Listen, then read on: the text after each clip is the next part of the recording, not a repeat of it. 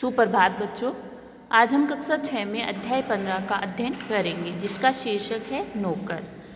मतलब कि जैसे गांधी जी है वो नौकरी करते थे, उसको नौकर कहा जाता था। तो किस तरह से गांधी जी के बारे में अध्याय कहा गया है, इसको हम पढ़ते हैं। आश्रम में गांधी कई ऐसे काम भी किया करते थे जिन्हें आमतौर पर नौकर चाकर करते हैं। जिस जमाने में वे बैरिस्ट्री से हजारों रुपए कमाते थे, उस समय भी वे प्रतिदिन सुबह अपने हाथ से चक्की पर आटा पिसा करते थे। चक्की चलाने में कस्तूरबा और उनके लड़के भी हाथ बंटाते थे। इस प्रकार घर में रोटी बनाने के लिए महीन या मोटा आटा वे खुद पीस लेते थे। साबरमती आश्रम में भी गांधी ने पिसाई का काम जारी रखा। वह चक्की को ठीक करने में कभी कभी घंटों मेहनत करते थे। एक बार एक कार्यकर्ता ने कहा कि आश्रम में आटा कम पड़ गया है। आटा पिसवाने में हाथ बटाने के लिए गांधी फौरन उठ खड़े हुए।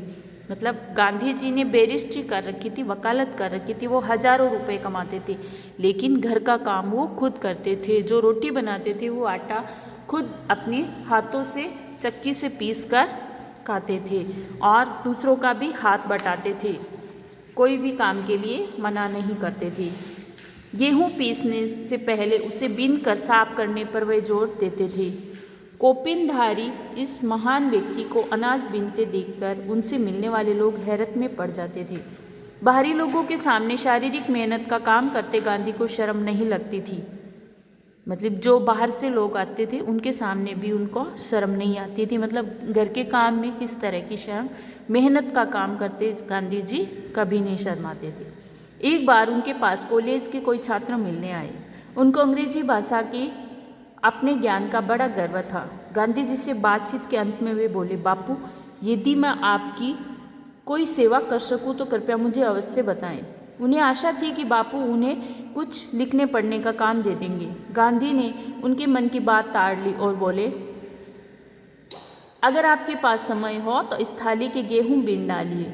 आगंतुक बड़ी मुश्किल में पड़ गए, लेकिन अब तो कोई चारा ही नहीं था। 1 घंटे तक गेहूं बीनने के बाद वे थक गए और गांधी से विदा मांगकर चल दिए। मतलब जो बच्चे आए थे बाहर से कॉलेज के गांधी जी से मिलने, उन्होंने कहा हमारे लायक कोई सेवा हो तो बता दीजिए। उनको लगा कि कोई पढ़ने लिखने का काम देंगे, लेकिन गांधी जी ने उनसे गेहूं साफ करवाने का काम दिया। तो वे थक कर चले गए। 1 घंटे साफ किया, फिर चले गए। कुछ वर्षों तक गांधी के आश्रम के भंडार का काम संभालने में मदद की। गांधी जी ने भंडार का काम भी संभाला। सवेरे को प्रार्थना के बाद वे रसोई घर में जाकर सब्जियां छीलते थे। रसोई घर या भंडारे में अगर वे कहीं गंदगी या मकड़ी का जाला देख पाते तो अपने साथियों को आड़े हाथों लेते। मतलब उनको गंदगी बिल्कुल पसंद नहीं थी। उन्हें सब्जी, फल और अनाज के पौष्टिक गुणों का ज्ञान था। एक बार एक आश्रमवासी ने बिना धोए आलू काट दिए। गांधी ने उन्हें समझाया कि आलू और नींबू को बिना धोए नहीं काटना चाहिए। एक बार एक आश्रमवासी को कुछ ऐसे केले दिए गए जिनके छिलकों पर काले चकत्ते पड़ गए थे। उसने बहुत बुरा माना। तब गांधी ने उन्हें समझाया कि ये जल्दी पच जाते हैं और तुम्हें खास तौर पर इसलिए दिए गए हैं कि तुम्हारा हाजमा कमजोर है। गांधी जी आश्रमवासियों को अक्सर स्वयं ही भोजन परोसते थे। इस कारण वे बेचारे बेस्वाद उबली हुई चीज़ों के विरुद्ध कुछ कह भी नहीं पाते थे।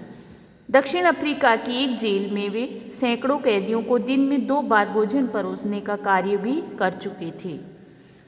आश्रम का एक नियम यह था कि सब लोग अपने बर्तन खुद साफ करें। रसोई के बर्तन बारी बारी से कुछ लोग दल बांधकर धोते थे। मतलब सब अपने अपने जूठे बर्तन धोते थे और रसोई में जो खाना वगैरह पकाते थे वो सब मिलकर धोते थे। एक दिन गांधी ने बड़े बड़े पतीलों को खुद साफ करने का काम अपने ऊपर लिया। उन पतीलों की पेंदी में खूब कालिक लगी थी। राख भरे हाथों से वह एक पतीले को खूब जोर जोर से रगड़ने में लगे हुए थे। तभी कस्तूरबा वहां आ गई। उन्होंने पतीले को पकड़ लिया और बोली, ये काम आपका नहीं है, इसे करने को और बहुत से लोग हैं। गांधी को लगा कि उनकी बात मान लेने में ही बुद्धिमानी है और वे चुपचाप कस्तूरबा को उन बर्तनों की सफाई सौंपकर चले आए।